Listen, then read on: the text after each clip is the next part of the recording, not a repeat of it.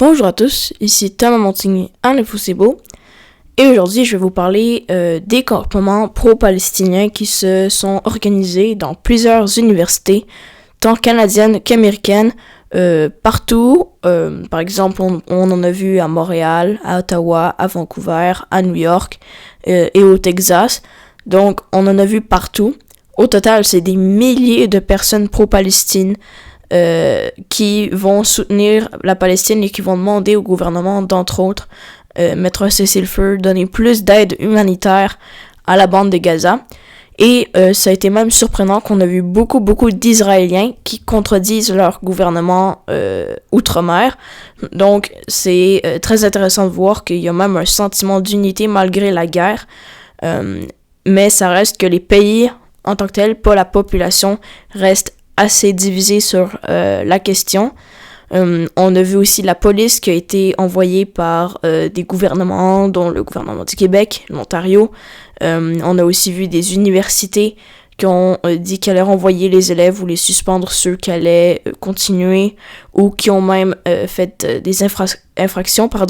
Donc, par exemple, on a vu du monde casser des vitres, rentrer dans l'université illégalement. Là, je pense surtout à l'université de Columbia où que les tensions augmentent.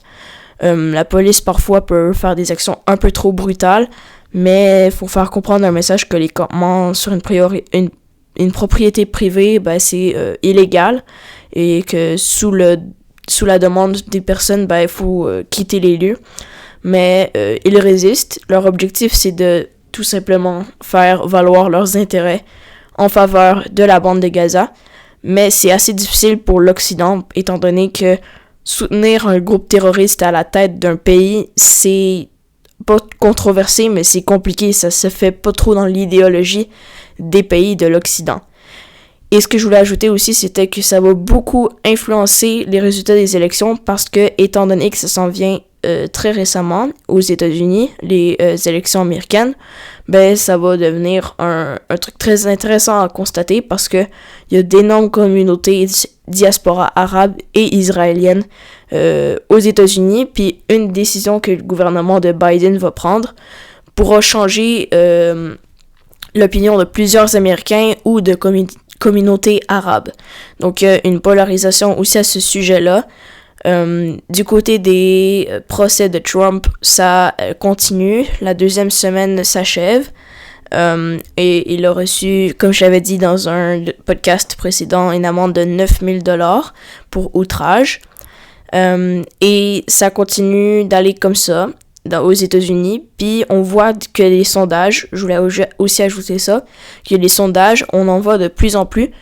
Ils s'accumulent, mais ils ne sont pas cohérents. Un sondage fait par un média avec une bonne réputation, ça peut être le New York Times que le Boston Globe, qui vont avoir des résultats de sondages différents. C'est juste que les échantillons qu'ils prennent vont tellement être différents de d'autres, et même une personne peut faire la différence dans tout ça, c'est que c'est quasiment 50-50. Ce que ça ressemble, c'est que c'est à des écarts de même pas 5%, là. On voit, là, par exemple, il y avait une suite de sondages qui mettaient Biden en faveur. Ensuite, il y avait un sondage qui mettait Trump en faveur. Là, c'est Biden, un retour de Biden. Donc, ça devient assez énorme, assez compliqué à suivre aussi. On a aussi une grosse partie de la population américaine qui trouve que Donald Trump a fait quelque chose d'illégal ou de pas éthique. Donc, ce qui pourra lui coûter cher lors des prochaines élections.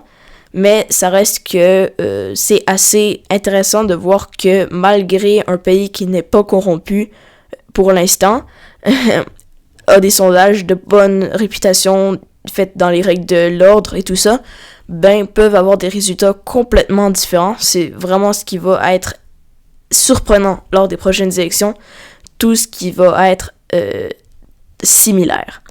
Je vais finir sur le fait qu'il y a eu beaucoup de nouveautés en termes d'économie américaine avec une petite baisse de nouveaux emplois de jusqu'à 175 000 emplois qui ont été créés en avril.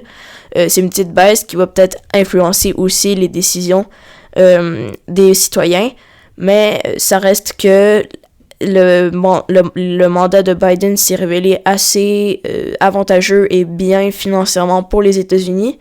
On voit des chiffres convaincants et rassurants, alors que Donald Trump parle de tout le contraire. Mais lui a de la misère à continuer sa campagne étant donné qu'il est en procès, puis il veut pas se faire reconnaître coupable parce que ça pourrait lui coûter cher, il pourrait se retrouver en prison.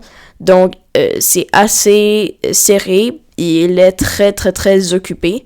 Il essaie de ralentir ça le plus qu'il peut, mais pour l'instant ça semble pas nécessairement fonctionner. Donc, merci d'avoir écouté, c'était Thomas Montigny en Info C'est Beau sur les campements pro-Palestine qui sont dans les universités encore et des petites nouveautés sur ce qui se passe aux États-Unis.